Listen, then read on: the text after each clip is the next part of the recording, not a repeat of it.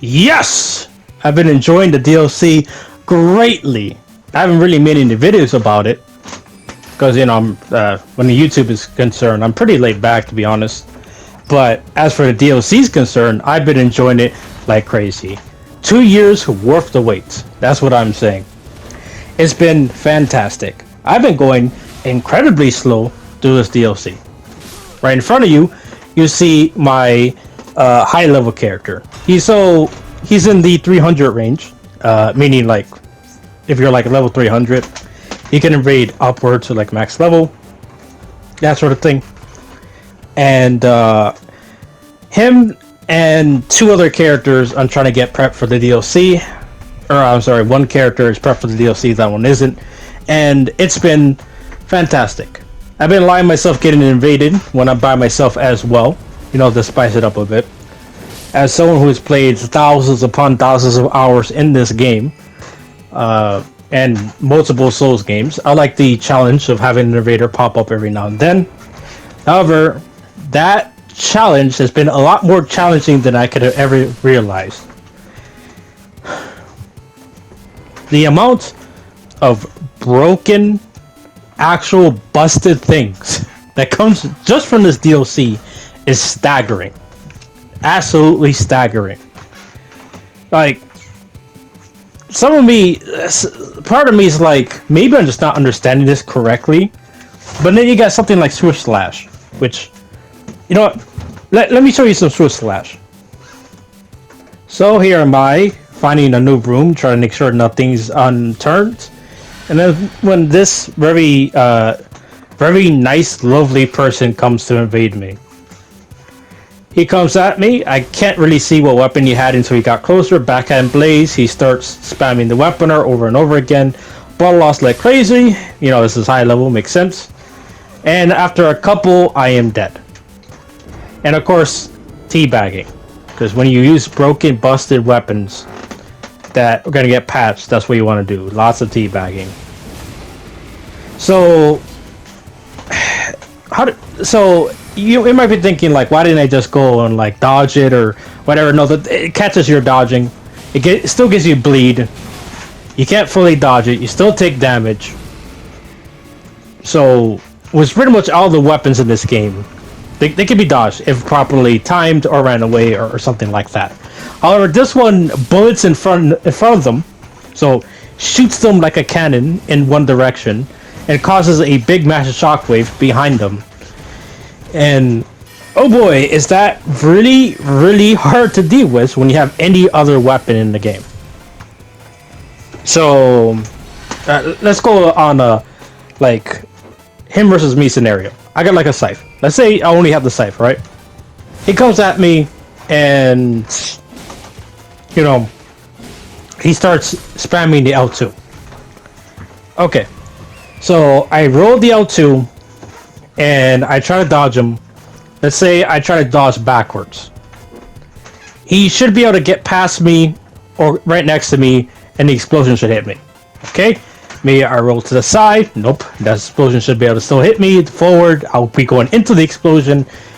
Not looking too good. Maybe I can run away from. Oh, that one's good. So I can actually gain distance. Until he hits the L2 button again and instantaneously just comes up to me because he can move faster with that weapon art than I can run. Not that running does a really good job at beating him in the first place. But I got magic, so I can shoot magic at him, right? Well, no, that didn't work either. Because then he would just tap the L2 and catch up to me, and yeah, not too good, not too good. I have to admit, not too good. Now, this is not the only broken thing in the DLC. There's a bunch of them. A bunch of them. They keep finding them. Like by the time this comes out, someone probably found something else that's broken in the DLC. And mind you, I do not use that lightly. I feel like broken gets used too lightly for the use of clickbait or something, or trying to make you click on the video. Like, wow, this is can be really strong if you really built it up, and it can be pretty decent. No, we're not talking about pretty decent. We're not even talking about really strong. We're not even talking about well, I guess this would be meta. I guess this would be meta. But these weapons, they they just overpower and absolutely destroy the other weapons already in the game, which is crazy. You know, some of the stuff isn't intended, and funny enough, this video was after the patch, so you know, most recent patch we had like 1.12.3 or whatever. So Swift Slash got nerfed, and as you can see, it's still incredibly hard to deal with. What can I say?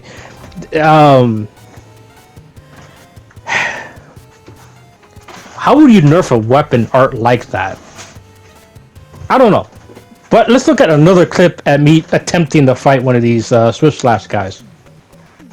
Oh, I wonder what I can find here. Oh, something ahead. That's cool. Oh, an invader. What does he have for a weapon? That's kind of cool. I was able to just sidestep that. I thought like maybe the bubble real quick would be able to save me, but it hits twice, so that ain't happening. So I managed to hit him with the bleed again. I was thinking like, oh, let me just switch real quick and hit him with a quick spell, because you know, great Gritstone hits really fast, but yeah, as you can see, I die, and then that's about it. Again, it feels like I'm just trading with the guy over and over and over again, and not, you know, literally not anything else. I mean, I was able to reduce some of this damage with the bubble, which, yeah, that was cool, I guess. So maybe if you have one of these bubble things around, you know, use it if you see one of these guys, and you'll be able to somewhat take the damage from it and get a little attack boost. That's cool. But it's not going to be like your absolute winner. Now, this really hurts against weapons that don't do very good damage. For whatever reason, if you're the flail guy, you just love flails. Like, wow, I love flails. This like rare medieval weapon is super rare in Elden Ring too, because you never see anyone use it. And you're like, you know what? That's my weapon. That's me. I'm the flail guy. So you're the flail guy.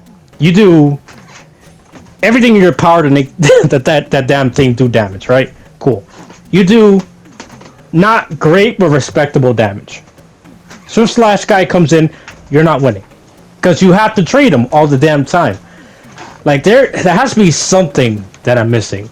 Maybe that nice, like, sidestep where I literally just wasn't locked onto him and just push the right would work. But I'm kind of assuming that he just wasn't locked on and you just press the L2 button as fast as possible. Because, again, why would you have to do anything else? You just press the button and you win. You know, I feel like this argument was used for the original Rivers of Blood too, funny enough. They went and nerfed that. I'm not sure how people feel about the nerf. Some people feel like it's butchered, some people just hate it, so they don't think it's butchered. But this is ridiculous. And unfortunately, this isn't the only thing that's broken in this. Like I've been saying. Now, next, we got the blind step or blind shot or blind attack, or you know, I'll be honest, I haven't used it myself, so I don't remember the name of the actual attack. But you'll see it for yourself.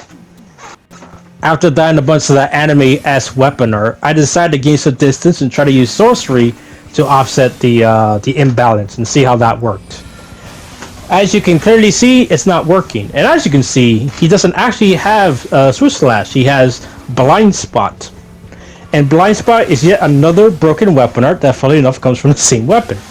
I very quickly are unable to go and defeat this opponent through spells, and he gains very confident very quickly, to the point where he's edge walking and just doing the weapon art the moment that I try to make contact with him with my weapon.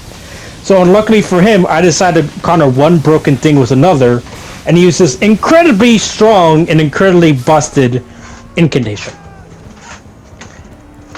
Burning everything that divides and extinguishes, he is dead.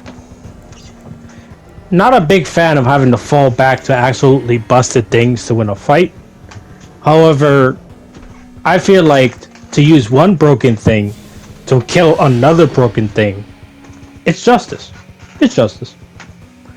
And just in case you thought that Unenduring Frenzy was the counter to Swift Slash and Blind Spot, I have the unfortunate news that this incantation works really well when you have a lot of MP and a lot of stamina, and usually that means you're a high level, like myself.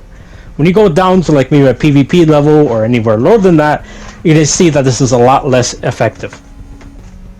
Which, you know, I wouldn't guarantee this thing saving you, is all. As I go through my very slow trek through the Shadowlands, I got many, and I mean many different spells and weapons to use, and weapon arts.